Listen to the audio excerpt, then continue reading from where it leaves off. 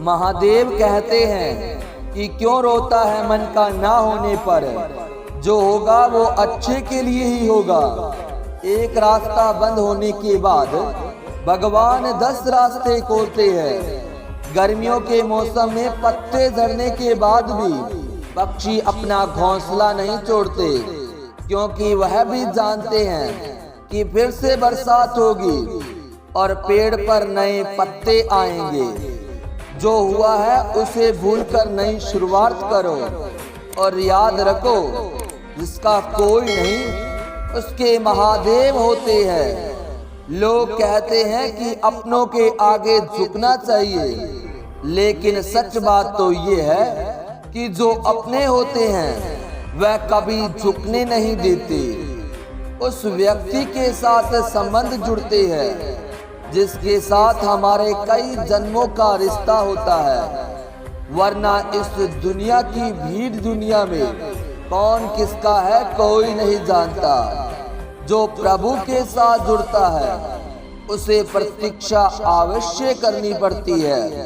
कुछ लोग इसे दुख समझ लेते हैं और कुछ लोग प्रभु की कृपा समझ लेते हैं। जिनकी अच्छी किस्मत होती है उनकी जिंदगी में अगर भगवान कोई भी गलत काम करते हैं तो वह भगवान को कोसते हैं, लेकिन जिनकी पूरी जिंदगी खराब होती है उनकी जिंदगी में भगवान कुछ सही करते हैं तो वह भगवान को धन्यवाद देते हैं। मनुष्य सब कुछ करना चाहता है पर उसे कुछ भी अपने हिसाब से नहीं मिलता।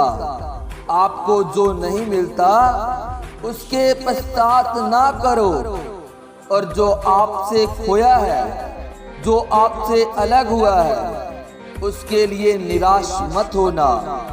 मेरे महादेव मुझे कहते हैं कि हमें किसी के आगे या किसी के साथ अंधा प्यार नहीं करना चाहिए। हमारे किसी के प्रति अंधा प्यार हमें कभी आगे नहीं बढ़ने देता।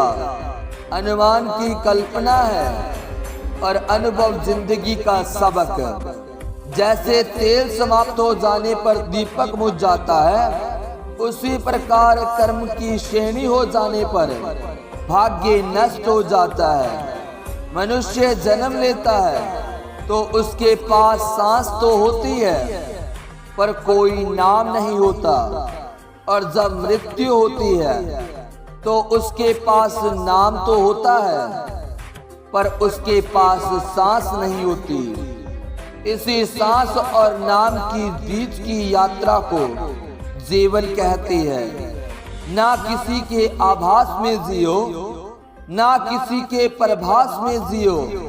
ये जिंदगी है, अपने आप के स्वभाव में जियो। किसी के प्रति मन में क्रोध लिए रहने की अपेक्षा उसे तुरंत प्रकट कर दो, उससे अधिक अच्छा होगा। जैसे क्षण भर में जल जाना देर तक सुलझने से अधिक होता है। हम उसके लिए शोक करते हैं जो शोक करने के योग्य नहीं, और फिर भी हम ज्ञान की बात करते हैं। बुद्धिमान व्यक्ति ना जीवित है और ना ही मृत। व्यक्ति के लिए शोक नहीं करना चाहिए। अगर तुम अपना कल्याण करना चाहते हो तो सभी तरह के उपदेश, सभी तरह के धर्म को छोड़कर मेरी शरण में आ जाओ। मैं तुम्हें मुक्ति दे दूंगा। जीवन ना तो कल है और ना ही आज। जीवन इस पल में है, इस पल का आभास ही जीवन है। हम दुनिया से कभी भी शांति प्राप्त नहीं कर पाएंगे जब तक आप अपने अंदर की शांत को ज्वाला को शांत नहीं कर लेते। मनुष्य को मोह माया को छोड़कर अपने कर्मों को कभी भी नहीं भूलना चाहिए। मनुष्य की इच्छा शक्ति का अंत नहीं। यदि इच्छा शक्ति की पूर्ति ना हो तो क्रोध बढ़ता है, और इच्छा शक्ति पूरी हो तो लोभ बढ़ता है। इसीलिए जीवन के हर स्थिति में धैर्य बनाए रखें और इच्छा शक्ति सीमित रखें। अगर तुम अपना कल्याण चाहते हो तो सभी उपदेश, सभी धर्मों को छोड़कर मेरी शरण में आ जाओ, मैं तुम्हें मुक्ति दे दूंगा। वो मूर्ख है जो प्यार को बकवास कहता है। प्यार इस दुनिया की जड़ है जिससे दुनिया बनी। अपनी इच्छाओं की शक्ति में अपने आप को नया आकार दे। अपने आप को कभी भी स्वयं इच्छा के नीचे ना दबने दे। बुद्धिमान अपनी चेतना को एकत्रित करता है और अपने कर्म के फल के प्रति आसक्ति को त्याग देता है। मनुष्य अपने विश्वास से निर्णय करता है। जैसा विश्वास करता है वैसा ही उसे फल मिलता है। मन चंचल है, ये इधर उधर भागता है और किसी भी कार्य को एकत्रित का दुश्मन है। लेकिन यदि ये व्यक्ति के वश में आ जाए तो इससे कोई भी अच्छा मित्र नहीं। मन को एकत्रित करना जरूर है, बस थोड़ी सी मेहनत और थोड़ा सा अभ्यास लगेगा।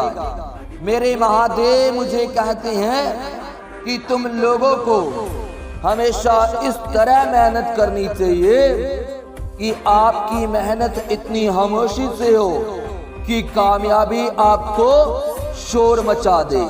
हर हर महादेव।